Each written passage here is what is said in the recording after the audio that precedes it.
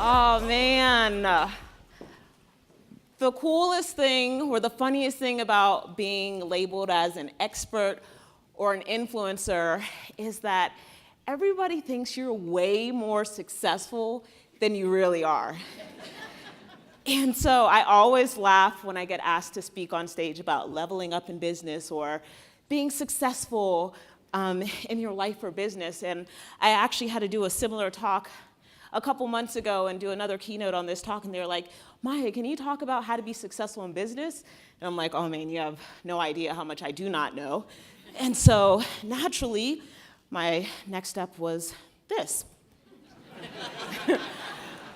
So I'm like, okay, cool, like Google, give me the answers. How do I be successful in life and business? What do I tell these people? And this was the first thing that came up. The best way to be successful is to be fearless. So I'm like writing this down. I'm like, listen, Janelle's the first girl that came up on Google. This is the quote that she gave. Like, there has to be something to this. So I'm like, let's see what else Janelle has for me. I'm like, let me see if she has like a TED Talk or something I can kind of rip off. And so I'm searching for this girl and like trying to see what content she has, and she's nowhere to be found. She's not a real person. And so I'm like, oh my gosh, I feel hoodwinked. I'm like, what a fraud, says the person trying to Google her next keynote, right? So I'm like, all right, let me think about this. If people think I'm actually successful, like, let me backtrack. Like, how did I actually get here? So I started making money online back in 2008 by creating MySpace pages and club flyers. Do you guys remember the MySpace page days? Yes, that was my hustle, baby, freshman year of college. And this was the work that I did, club flyers. It was like, find a naked girl, throw her on a flyer, tell the people where to go, get your money. That's what I did. That's what I did. And then people also paid me to create custom MySpace pages that looked like this. And yes, that is me on there, and calling myself Diamond Princess. I don't even know what that means. But, I mean, now this is a humbling moment from you guys. You guys are getting advice from a girl that called herself Diamond Princess on MySpace, so.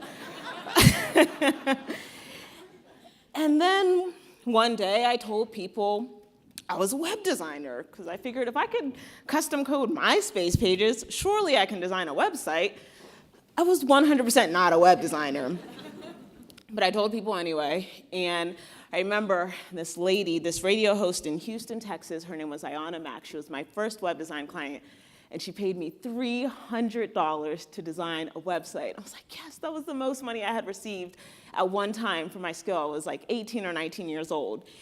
And so obviously the next thing I did was I went on Google, how do I design a website? Because this lady had already paid me. And then as I actually got better with web design and branding, my clients were like, Maya, how do I get people to go to my website? How do I generate sales for my website? And I'm like, I'm not about to sit on the phone with you guys for free and answer all these questions. So I started charging people $75 for business advice. And I was just charging for what I knew at that time. And now, fast forward to 2018, I have a reach of over 20,000 people online, and I make a living by speaking on stages and helping women leverage their skills, their expertise, and their gifts so they can build a profitable brand. So it's like, how the heck did I make it here from charging $35 for a MySpace page to 2011, charging $75 an hour for business advice, just throwing up a consultation page and seeing who's willing to actually pay me. And then dropping out of college in 2013 to become a full-time designer. And then launching my first premium online course for $500 in 2015. And then clients paying me $6,000 for strategy and implementation. Now, it's really hard to pinpoint that one thing I did to be successful and to make it to the next level. But one thing that I know for sure that was with me every step of the way, it was fear. I was scared at every single moment. And so as I'm backtracking all of this and thinking about that fraud Janelle, I'm like, you know what? You don't just get to eliminate a human emotion because it looks good on a Pinterest graphic, right? So I'm like, fear. Fear has been with me every step of the way. So let's walk through how to navigate fear. Instead of trying to act like you're not allowed to be scared, how do we actually just use it on this road to success? But first, here's what you need to know about fear.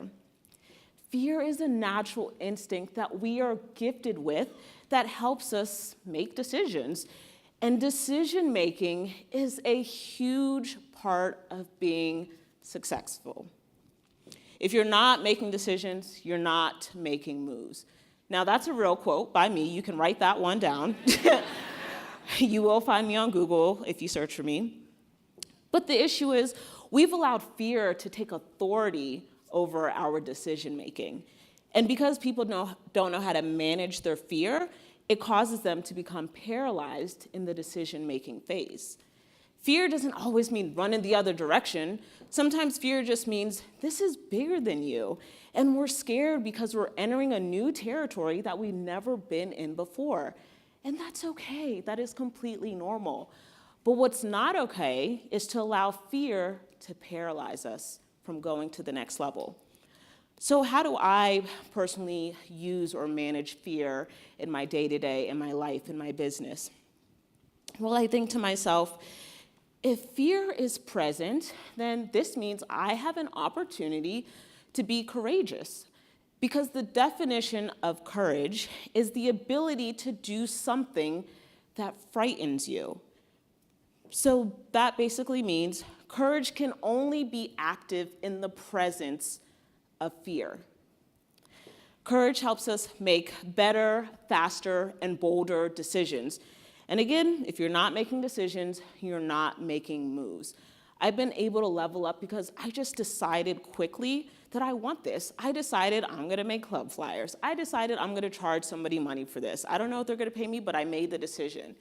I decided that I want to help women. You have to be able to make that decision, but if you allow fear to slow you down from deciding, it's gonna be hard to move forward in your life or business. Courage, which is again taking action when fear is present, is what's going to take you to the next level. So fear must be present in the decision-making process, but it cannot be in control. So quicker decision-making means quicker level upping. That's not really a word, but I want you guys to keep that in mind. So, in the wise words of my homie Meek Mill, we don't get the same paper, boy, it's levels to this shit. And basically what he's trying to say is, if you're trying to get on my level, it's levels to this. So I'm gonna teach you guys the 3 levels that I've come up with, over the past 10 years, like thinking about what it looks like from stage to stage as you're trying to level up in business. So the first level is getting started. How many of you guys feel like you're kind of in the getting started phase? Maybe this is kind of like still your side hustle. Okay, cool. This is actually kind of the fun stage because it's also the no one knows who I am stage. But it's weird because we get really nervous by that. It's also the why won't mom and dad support me stage. It's also the oh my God, what have I actually done stage. And this stage for me, it's funny just even thinking back to years ago. This kind of required me to be an oxymoron because my parents are immigrants from West Africa. And so me dropping out of college doesn't even make any logical sense being an African. So, my parents came to this country so that my sister and I could be born here and get a good US education and work for the government, get a good government job. And here I am talking about I'm about to drop out of college so I can make MySpace pages. Like, what does that even look like? So that didn't really fly with my family. It was the scariest decision of my life in this stage because I was so addicted to how my parents viewed me. I was so addicted to their approval. And I needed their validation to function. At least that's what fear told me. I couldn't make decisions without getting their validation. So in level 1, fear is telling you that you need validation, but courage is telling you that you need to believe in yourself. In level 1, fear is telling you that believing in yourself is silly or irrational if your dad doesn't believe in you too, if your mom doesn't believe in you too, if your homegirl from middle school doesn't believe in you too, if all of your followers don't believe in you. But courage is saying continue believing in yourself because you will inspire the right people. Fear is telling you that you need to stop while you're ahead, that you're getting way too carried away in this vision of yours. You're getting way too carried away in this passion. You're not even making any money yet. What are you actually doing? And courage is saying, keep going, baby, because we are just getting started. Now, the thing about levels is that at the end of each level, fear excuses itself. So that's kind of the cool thing. It kind of just self-eliminates. So you don't have to put so much energy into trying to eliminate fear because once you start to conquer each level, it just goes away. So how many of you in here play video games or grew up playing video games right now? I know Twitch is something that is really, really huge. So growing up, my favorite video game was Mortal Kombat.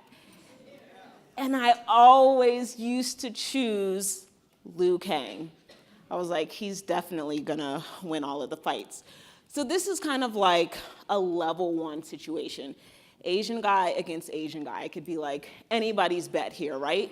It's not that scary. It's like you have to fight somebody, so there's a little bit of fear, but it's nothing too crazy.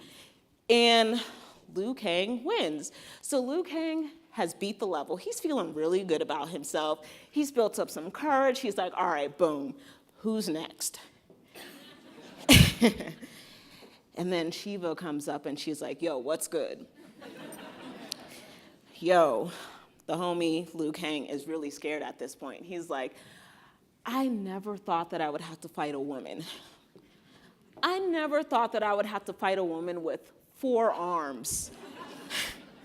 I never thought that I would have to fight a woman with 4 arms and 3 fingers on each arm. Like, what kind of fear is this? So, at every new level, fear reintroduces itself, and it looks uglier and scarier. It looks harder to beat, because with new levels comes new devils.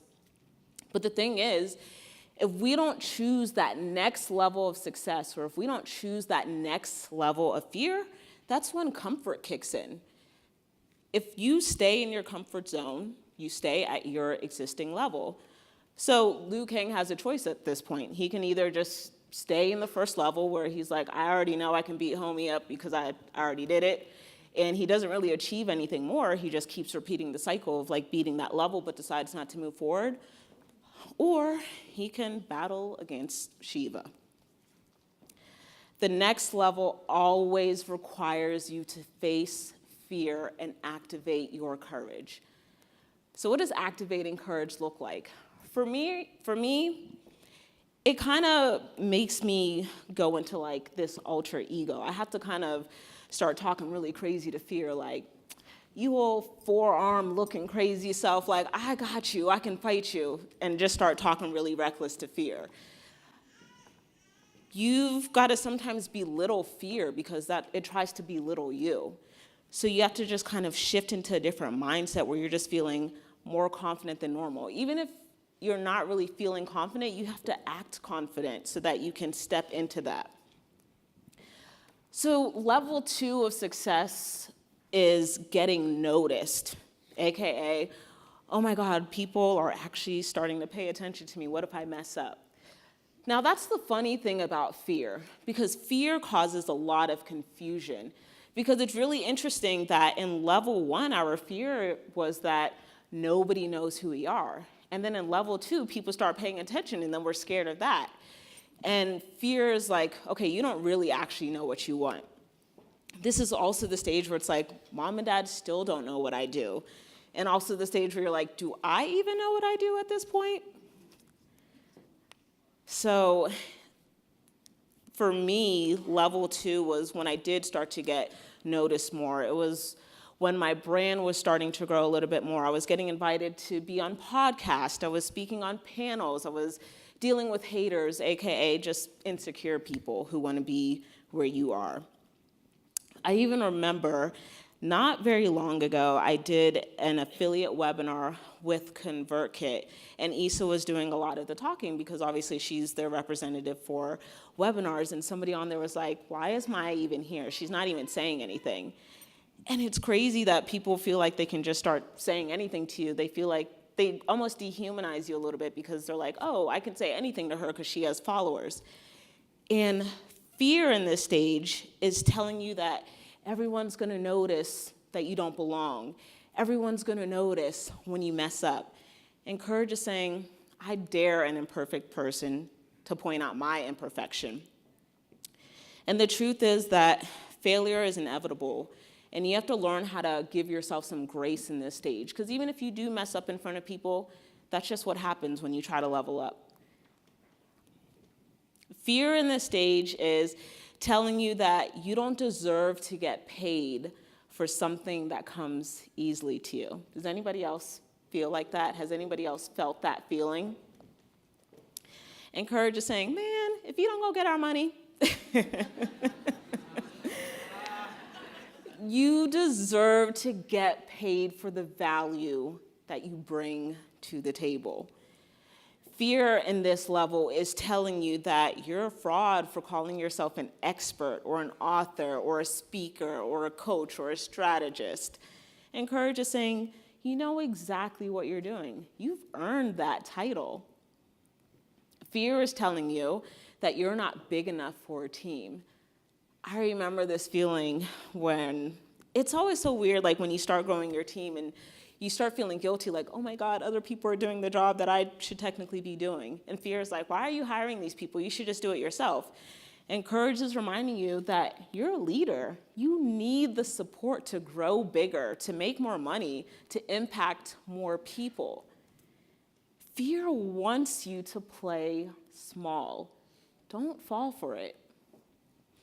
And then there's level 3, the getting famous level, AKA way too many people know who I am, AKA people think I'm more successful than I really am, AKA, oh my God, this is it for me. Like, what if I can't go any further from here? For this level for me, I think it started in like 2015. My brand blew up because of Periscope, and people started fangirling over me. And that was the first time I had ever heard that term. And it was interesting because I didn't have a problem with my supporters. I had a problem with the attention that I was receiving because of fear. I was scared that people would see me for who I really was, or I was scared that people would find out that I'm not as big a deal as they really think that I am. Fear is asking you, how long can you keep up with this facade? And courage is reminding you to just continue being yourself and using your voice. Fear in this stage is telling you that you constantly have to entertain your fans and your followers to remain relevant. And courage is reminding you that you're created to serve a community of people, but not at the expense of your mental health. Fear is telling you that you'll never be as successful as the people that are more successful than you. And so for me, in my mind, this is kind of like, oh, people are telling me I'm successful, but I know that there's more people more successful than me, so I kind of, I don't receive that compliment from people because I'm like, oh, but I'm not as successful as so-and-so.